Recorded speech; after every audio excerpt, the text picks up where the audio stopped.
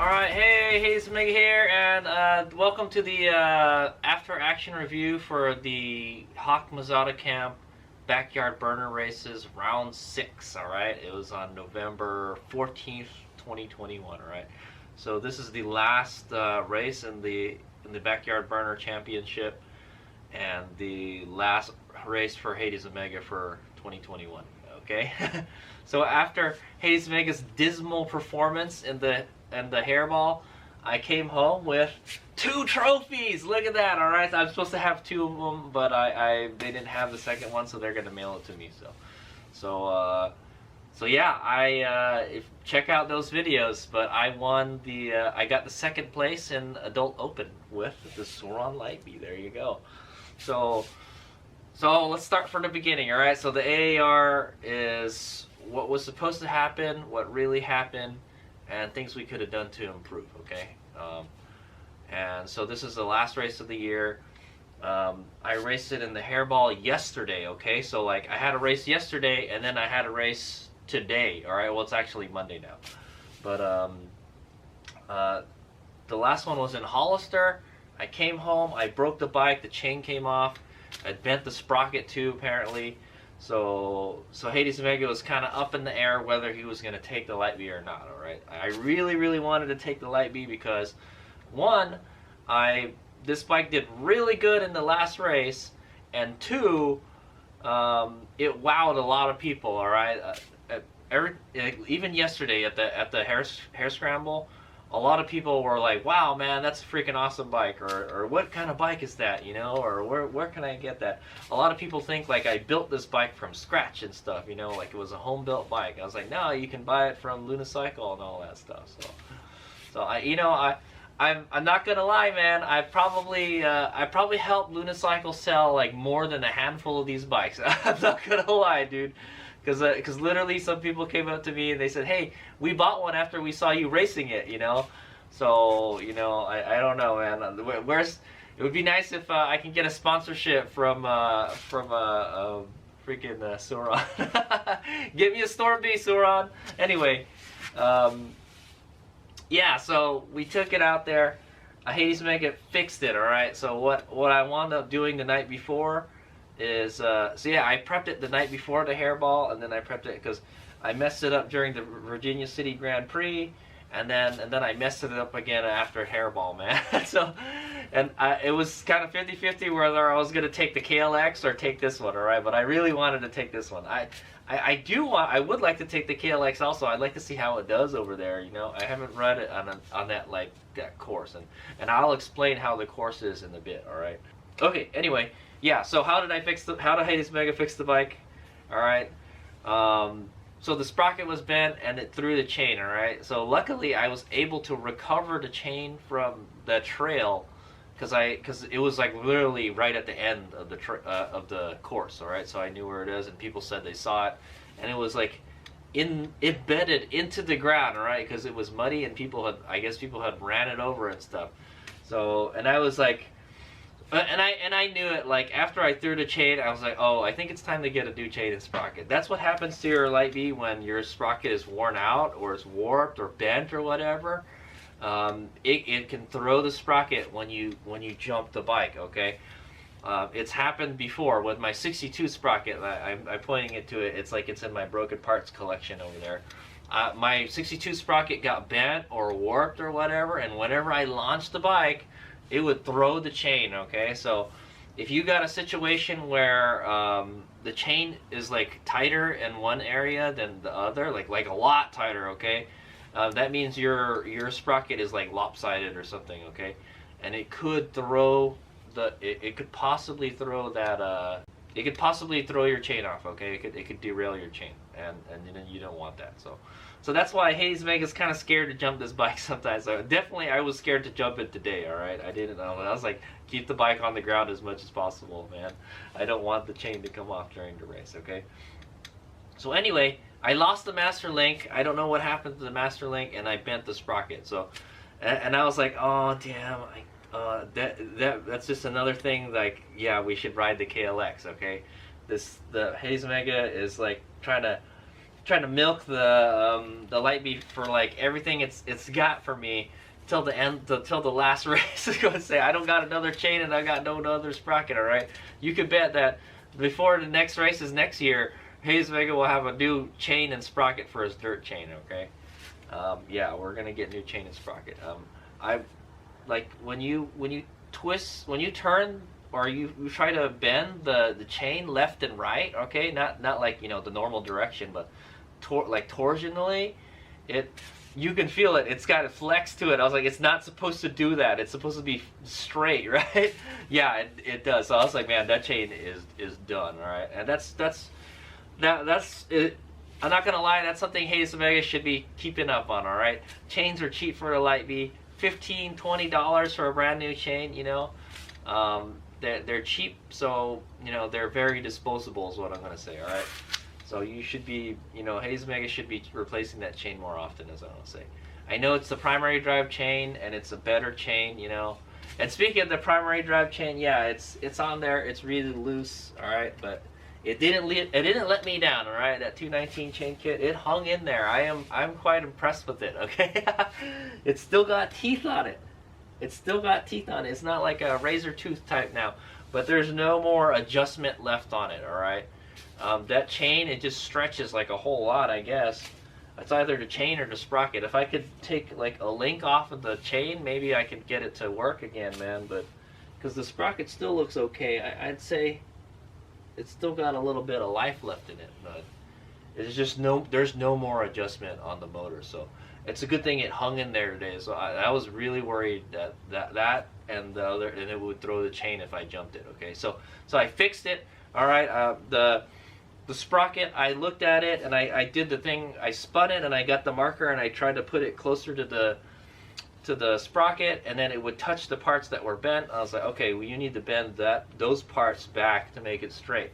And then I would spin it again. And I looked at it and make sure it's like it's not wobbly anymore. And sure enough, it was just a teeny tiny little bit wobbly. I couldn't get it like perfect, but I was like, it was good enough. I was gonna say, okay. I was like, oh, it barely passed, because there was like it would be like a 50-50 chance, like if I bent it back, like would it pass the test, you know, like it's not all wobbly like it was before, and it wasn't. And I was like, and because the chain is like, it's kind of worn out and it kind of moves left and right, it was okay. So yeah, it was really sketchy that HadesOmega took the bike. I was actually planning to take both bikes, all right? I was going to take my trailer and just throw both of the bikes on it and then take both of the bikes. But I was like, no, that's fine. Just take the light bee, man. Just take the light bee. So I put my faith in the light bee for one last time, okay? So the plan was to go and race Backyard Burner round 6, all right? HadesOmega, I think I raced in round 2 or 3. It was one of those. And then I missed like a whole bunch in between because there was like supermoto races or some other scheduling conflicts. I wanted to do the Halloween one, but I got back from a family trip really late at night, and I didn't. I wouldn't have enough rest to drive up to Cottonwood, right? So it's in Cottonwood, California. It's just north of Red Bluff and south of Redding, so it's pretty far. I'm not gonna lie, okay? It's a 4-hour drive if you don't take the bridge for the toll, okay? And HadesOmega didn't. And as you can see, the light bee is on my Harbor Freight carrier, all right, my motorcycle carrier. I bought this thing like a year ago, and I only used it like once to go to the racetrack because and that was with my Toyota Previa. I never used it on this, so. And lo and behold, actually, this is a really good vehicle to use this carrier, okay? And I figured out how to strap the light bee down to it, okay, is what I'm going to say. And taking out the battery helps a bit too. Okay, so yeah.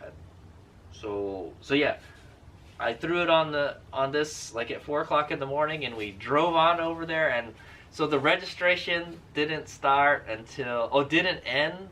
The registration ends at like 9:40 or 9:50 or something, and I got there like at 9:40. Okay, right, but there was like a long line of people trying to register, so like HadesOmega got lucky they didn't close it. Okay, so I was like, oh, I made it, you know.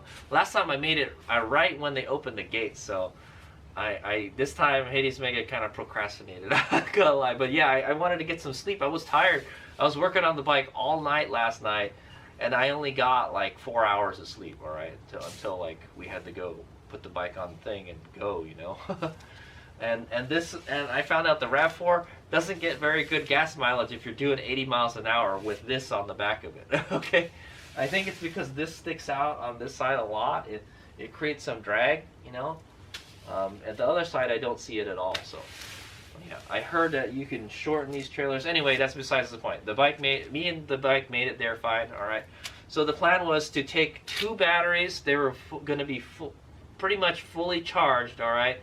HadesOmega forgot there's a practice session. Okay. It's a lot like a supermoto race format. All right. There's a practice, a heat race, and a main race. All right. And if you're going to race more in one class, then you're going to have to do like 2 heats and 2 main races, all right, and you know, 3 and 4, you know, depending on how many you race, you know.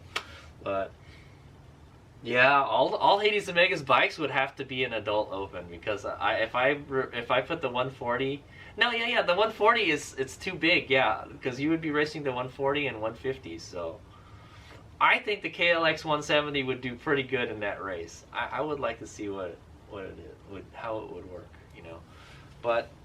That's okay. The Lightbeat does really good in this race, okay? And I'll tell you kind of why in a second. But yeah, we took the 2 batteries. I made sure they were fully charged. They were charged to about like 95%, all right? But HadesOmega had miscalculated, all right? I forgot that there's a practice session, and you're going to go through some of the battery during the practice session. So after the practice session, the battery was about 75%. We used the small one for the practice and the heat race, okay?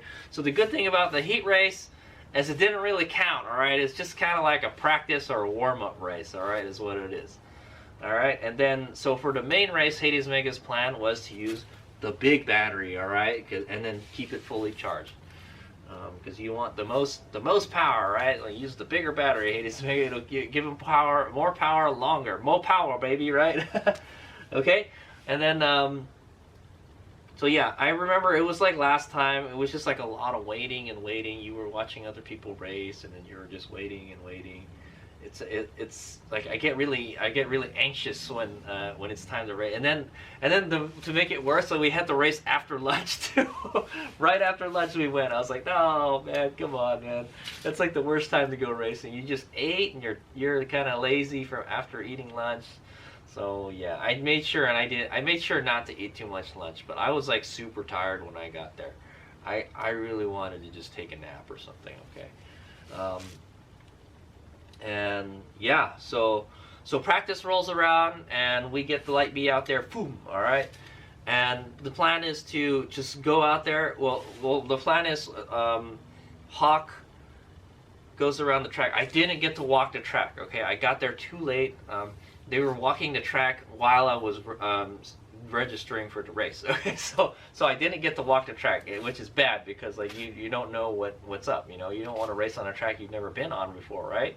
So, but fortunately for HadesOmega, they had a practice session. All right, so we go out on the practice session. It's pretty much all the adults. All the adults go out in the practice session, and so Hawk leads the first lap, and then we just rip it, all right, and it's practice, all right, and then so the plan was HadesOmega was gonna rip it for like two or 3 laps maybe, all right, and then back off, all right, so just to make sure we don't go through the power all that much, but we definitely have to put the bike through its paces. Like I said, I just fixed it. I don't know how well it's gonna do, you know. Oh yeah, there's another thing I did. I made sure and tighten the chain as much as possible, all right? I tighten it to the minimum spec, all right? So it's 10 to 15 millimeters, right? I put it at 10 millimeters. Normally I do it at 15, all right? So maybe that's what I'm just going to do for now. I'm just going to keep it at 10, all right? The tightest all the time before the race, because it always kind of just stretches during the race. So yeah, I did that so it would last the whole thing. And practice was great. It was fun. The course was tight and it was slippery in certain sections. Yeah, it's like it was like the last time I was there. Okay, it was like half a year later, but yeah, it was it like poof, it just came back into my mind. Like, oh yeah, you've got to lean the bike, Berlin, or else you're gonna be in trouble. Yeah, it's kind of hard to lean this bike, especially when you're going fast. It just doesn't have the right ergonomics for me. I'm thinking maybe I need to lower the handlebars. I think the handlebars might be too high on this.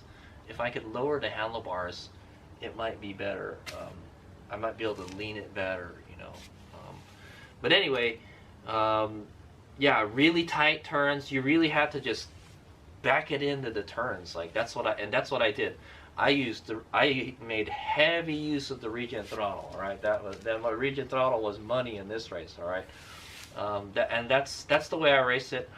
I'm not gonna lie, I wish I could do it like Hawk and everybody else, just power slide through the corner and just scrub speed going sideways. You know, I mean, I think that's what they're doing. In a way, that's what we're doing with this bike too. We're using the regen to kind of just drag the back around and then just slow us down, all right? So yeah, so that was a technique I used. I would come in real hot, and then I would hit the regen, and I would slide the bike sideways as much as I could, you know. And then sometimes I would just stop, and I would do a dab, you know, stop, dab, and then just go. The explosive torque of the electric motor, it makes it great for this race, all right. So, and also because the track is like a flat, it's a flat track layout, okay. It's flat. There's no bumps. There's no whoops or anything. There's no real jumps or anything.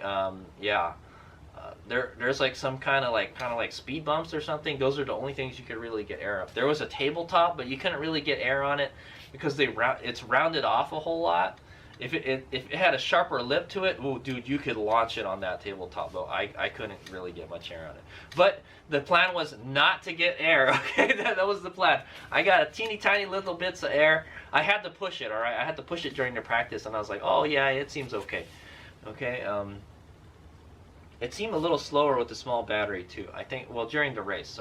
So after lunch, the heat race comes along. All right, and then poof, we're off. So there's 4 of us in adult open, so the 4 of us start in the first row, and they set us out first, and then they set the smaller bikes behind us. So we're off. Poof. Okay. Green flag goes up. HadesOmega is trying to get the whole shot. We just take off. There's a CRF. There's 2 CRF 150Fs, me, and like a 85cc 2-stroke bike. All right, and boom. All right, I get there. The Stewart, the guy that's like the #1 points guy, he gets in the front, and then I don't know what he's done to that 150F he's riding, man. That thing is crazy. He's crazy fast on it. I don't know if it's him or the bike that's fast. It's probably both. Okay, I don't know what's up with that bike because it's open class. It's pretty much any modification you can do. If you could put a turbocharger on your mini bike, then you could race it, I guess, because that's what open means, right? Anything, right? Anything up to like a certain cc, I think. I'm not sure, because last time they were racing 230s, so Mark races 230 last time. But yeah, what am I gonna say here?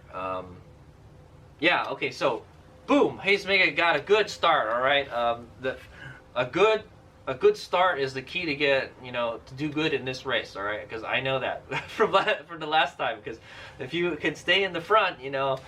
If you can get in the front in the beginning, you can, you know, it's kind of hard to pass, right? Because the track is kind of small. Let me see. I was behind Stewart, and then the smoker got in front of me, and then he spun out. Like there's this turn, like right after you go over this berm, or like this kind of you crest this berm thing, and then you kind of do like a U-turn, like a really tight right turn or hairpin turn.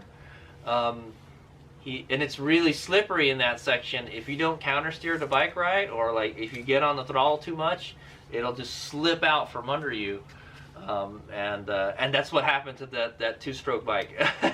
And he went down, and I was like, oh damn, he went down right in front of me, his front wheel. I clipped his front wheel. I was like, and I'm looking at my wheel. I was like, I hope it didn't bend the handlebar, man, because like you know the Light Bee doesn't have. I don't have the direct stem mount on it, so if you hit the front wheel on something hard enough, it'll move the handlebar, you know.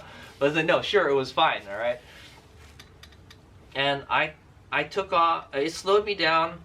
The other 150F got in front of me, and then Stewart's just gone. Poof, okay, and then And then like the dude in the smoker was just like way behind after like everybody was, he caused a little traffic jam from what I heard. And then sorry, I forgot his name. Okay, I was chatting with him. He's a cool guy.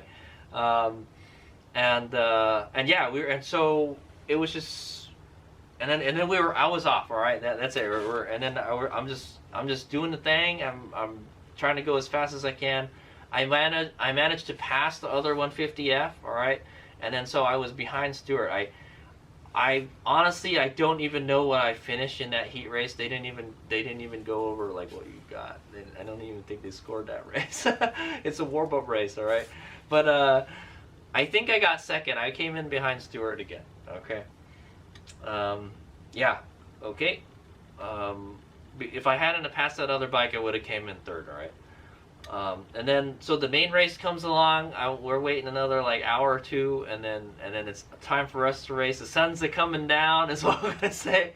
The sun came up. It was like really foggy too that morning, and yeah. So the main race. So HadesOmega had before the race. We had swapped the batteries. All right. I put the 21600 pack in. All right, and it's fully charged. So if you remember correctly, I was at 75% at the last race. All right. And so we swapped in the bigger battery pack, and whoo-wee, boy, this bike have like a lot of power, man. I'm telling you, when it's fully charged and you got that big battery in it, yeah, boy. So I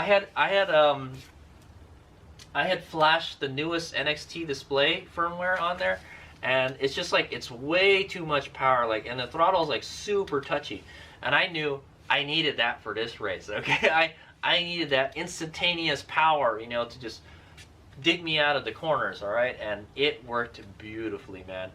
It was so fast and powerful. It kind of scared me a little bit. I'm not gonna lie, like I was like, holy shit, we're going really fast into the turns, all right? And then I was using the front brake and the regen to just slide it around into the corners. Oh yeah, dude, I got really good at it, man. I got really, like they said, I looked real good out there. I was behind, so yeah, so green flag goes up, poof, we all take off, all right, and then same story again.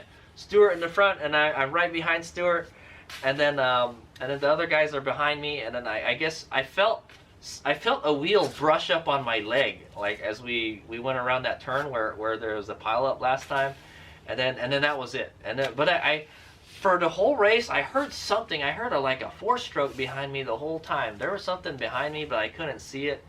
But I just kept on racing and going as fast as I could.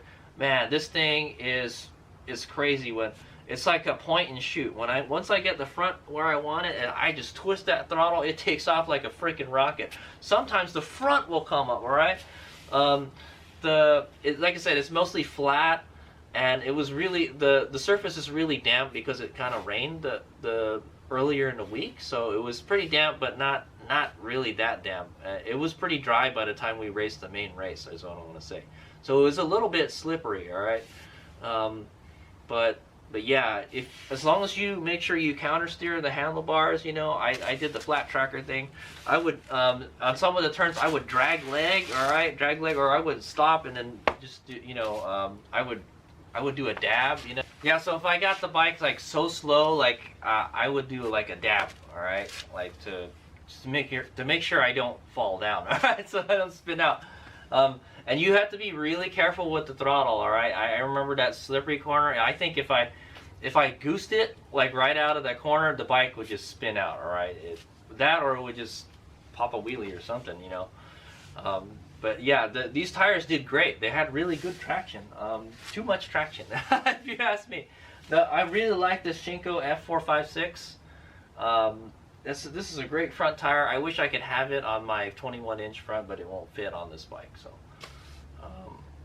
which I'm still trying to sell that tire, damn it. But yeah, both of these front and rear tires, they did great. All right. These Shinko tires are great, man. And they're all beat up now, but. Yeah, I'm really impressed with this front tire. It hung in there really good. All right, it kept me on up. You know, the wheels on the ground. That's what I say.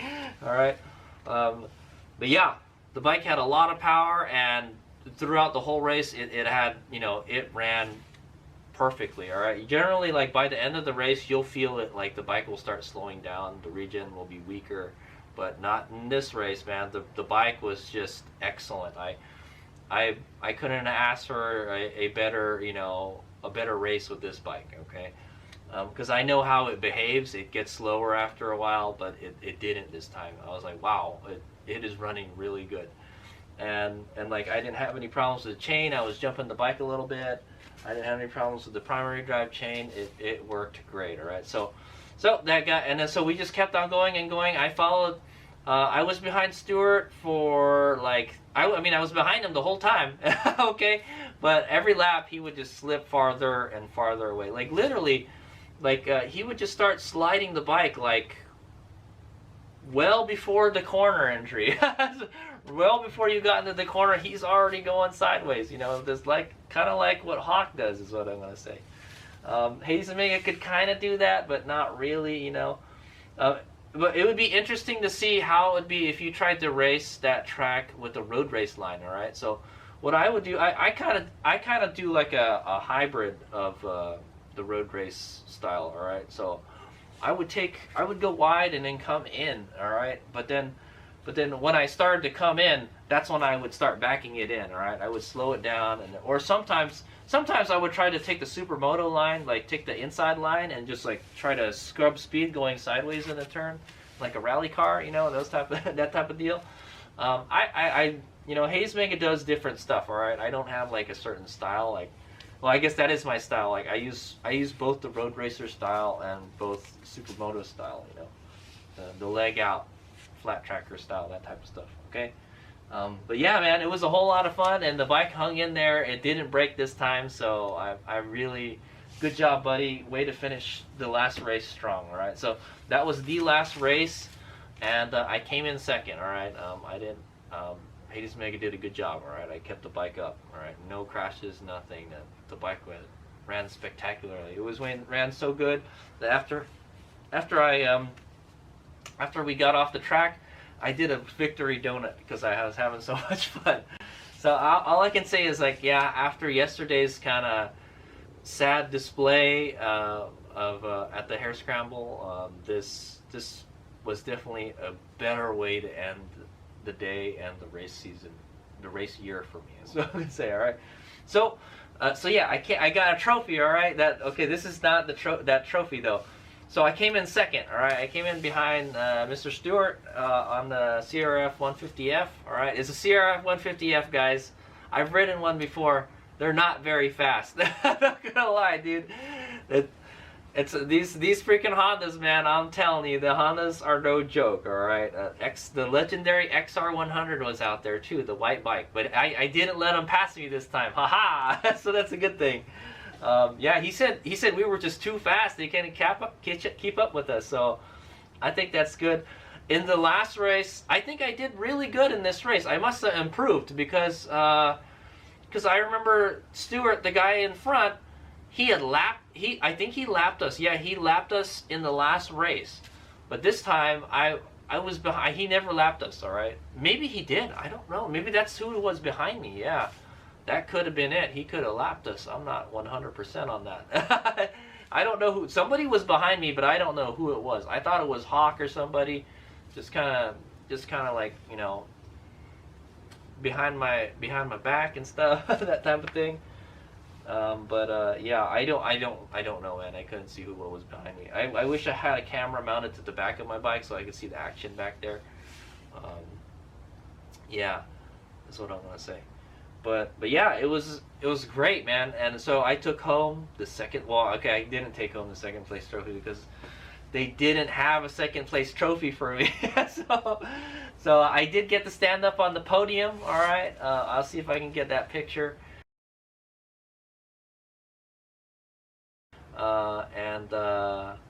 Yeah, I got to stand up on the podium and I had a whole lot of fun. It was great. And I got to stand up on the podium twice. Okay, so apparently this is this race and the previous race were a double points championship race. All right, so that means if you place good, you get double the points. All right, so I think they said it's 8 points, 4 points. No, 8, 6, and then 4. All right, and then 2 if after that. All right, so I don't know. I don't remember if it's 8. I don't remember if HadesOmega got 4. I'll have to look at championship points. All right, but HadesOmega got second in the last race we did, and I got second again, and then I got double points for this race. So apparently that double points was enough to get me second place in the championship. Can you believe that? I was so surprised to get that. I was like, I thought I might get third. You know, I thought I might get third. They called up the third place guy, and then they called me up second, like Merlin on the electric bike. I was like, no way! I got the championship trophy. Oh man, I know. So I think this year HadesOmega has taken 2 championship trophies home. All right, I raced in Supermoto USA, and then I raced in the Mazzotta camp, MotoCamp backyard burner races, and I got second place. Okay, so I guess what had happened is that people come and race, and then they don't show up for the other races. So that just goes to show, if you consistently show up to races, even though this is the case for Supermoto USA, if you consistently show up to the races, you'll keep on building up points. If you don't show up to the race, you get no points. Okay, so that's how HadesOmega is winning this. No. This one is a special circumstance. I guess the other people didn't show up to the other races, like those races in between where the HadesOmega all missed. All right, I raced one at the beginning of the season and then one at the very end of the season. All right, and just that was enough points to get me ahead of everybody. So yeah, it was crazy. I took home the second place trophy for the championship. Man, I was so surprised. I tell you that, man. I was not expecting to take the championship trophy home. Okay. But yeah, double points. What can I say? So if HadesOmega had done the Halloween race, then I would have double points on that one too. So, but I guess that's what happens when you don't show up to a race. You know, you don't build up points. All right. And then if you get a double points race, so show up when they have these races with double championship points. Show up to those ones, you can make up for lost time, basically. All right. So yeah, I got really lucky. I took home this 2 second place trophies. All right. Hawk is gonna mail me the second one. All right, when they find it. All right, or when they get one. So pretty cool. So I've taken home 2. Yeah, I don't know what it is. Second place number 2 seems to be my number this year. All right. That's my lucky number 2. All right. It would be nice to take home a first place trophy, but number 2 is good enough, I guess. You know, I know you should strive to be number 1, but yeah, number 2. HadesOmega is number 2. All right. That's what I say. I believe in Supermoto USA, in adult mini, I am in the number 2 position. All right.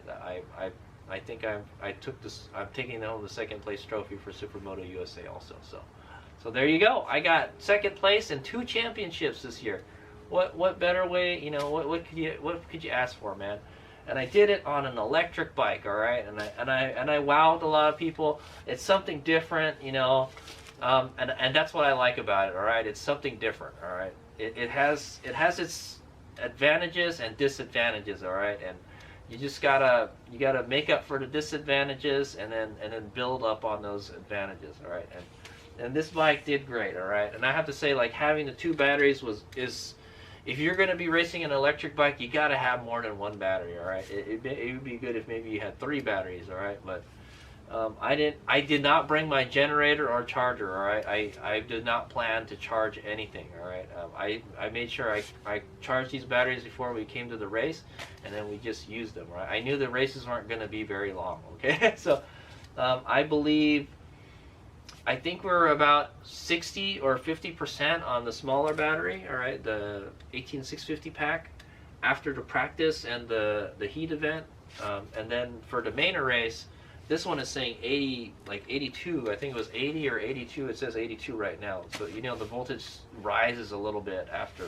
So, But yeah, there's still 80% in that battery. We could have done like probably like 20 more laps or something, you know, and then it would be out of juice. All right, so, but yeah, it performed really well. Okay, especially even after that Virginia City Grand Prix beating. All right, this bike got battered pretty bad in Virginia City Grand Prix, and there's like mud all over it again, man.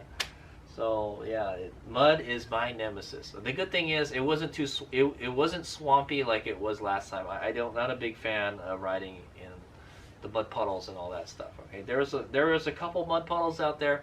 I tried my best not to ride in them. Okay, but the bike got mud. Though some of this is from Hollister too. So, but yeah. There it is. So I took home the two second place trophies for this race. I hope you guys enjoyed that. And it was a whole lot of fun, and I wowed a whole lot of people. And we're gonna go do it again next year. So what I have to say is that this bike is excellent for a mini motocross or a flat track. Okay, anything that's kind of flat and there's not a whole lot of bumps. If you're trying to do like a lot of enduro stuff with like whoops and rocks and all this crazy like ledges and stuff, the suspension on this bike sucks. Okay, it's not good. I'm trying to fix that so I can make it a better enduro bike. But for doing supermoto, flat track, mini motocross, even motocross, because the tracks are the tracks are pretty flat in the motocross. You know, I mean, yeah, I know they get the ruts and stuff, but you just keep it in the rut. That's what I'm gonna say. But yeah, anything flat, this bike rocks, man. I'm telling you. Even with the stock suspension, it's still pretty good. All right. If you're gonna launch it a whole lot, yeah, you might bottom it out if you have like the softer suspension. I put the softer spring in this, but we weren't jumping it a whole lot. The track was pretty flat today, and it did really good. So this is a really good kind of flat track kind of bike. All right. I like it. The geometry, the way I have the bike set up, it makes it not very good to ride it like that though. Okay, I feel like it doesn't feel comfortable to counter steer the bike or to lean the bike. I feel like it feels unnatural is what I'm gonna say. Okay, and I just have to remind myself, oh, get your knee, man, kick the bike over with your knees, and then like make sure you counter steer. Because if you don't counter steer, and you're too crazy on the throttle, you'll either spin the bike out or the front will wash out, or I guarantee it, man. If you're not going in those corners and you're not counter steering properly, the front will wash out and it will suck. Okay, you don't want that to happen. So that's why they have the flat track style, you know. So you're exaggerating, you know, your counter steering. All right, you're steering against the way where you're going. Right? You're drifting the bike basically. Okay. So that's just some kind of extra notes there. That HadesOmega. It's been a while since I raced this race, and I had a whole lot of fun. It's a long way to get up to Cottonwood. All right, it's kind of near the Reading area, and it's tiring and it's a lot of wear and tear on my vehicle. But I had a whole lot of fun. Okay.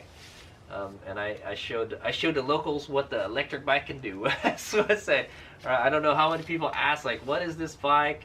Did you build it yourself? You know, and I told them, no, it's a Sur-Ron Livevy. See, it says Sur-Ron right there. You can buy them from Lunicycle. You know, yeah, I'm telling you, man. I probably helped Lunicycle sell more than a handful of bikes. I'll tell you that, especially with my YouTube channel. You know, so what can I say?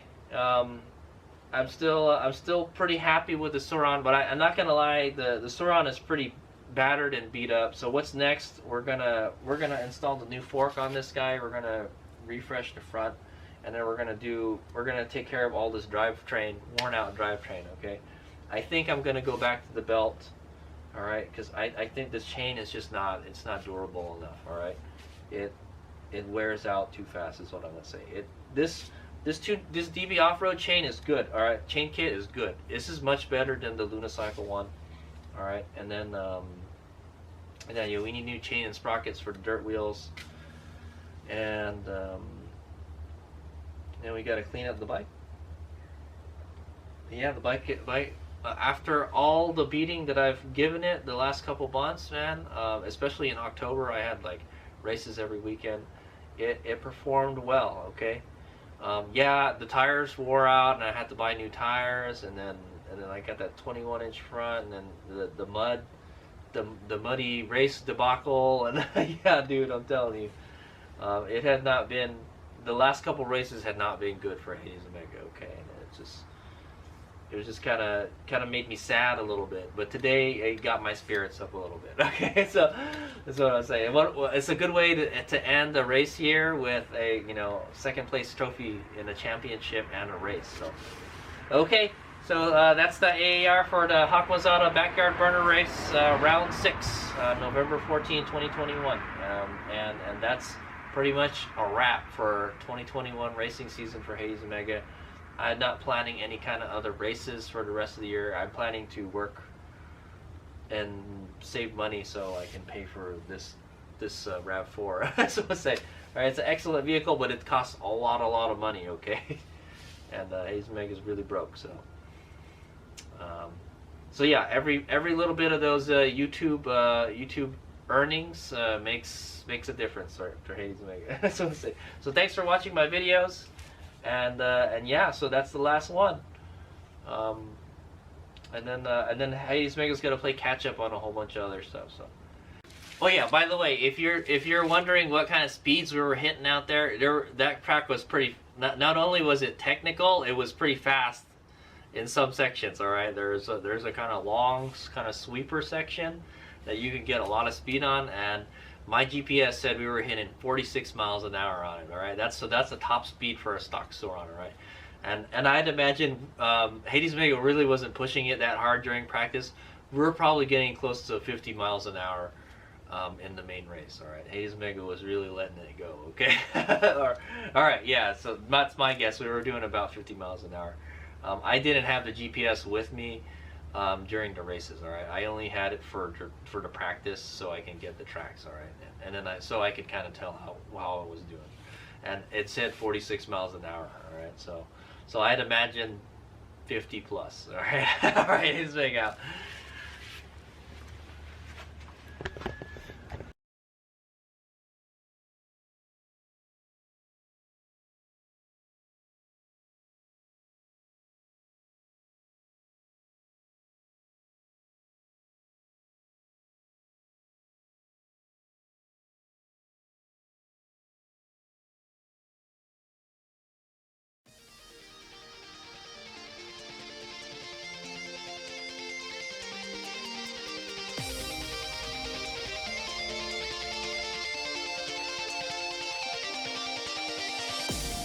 Love to rise in the summer morning.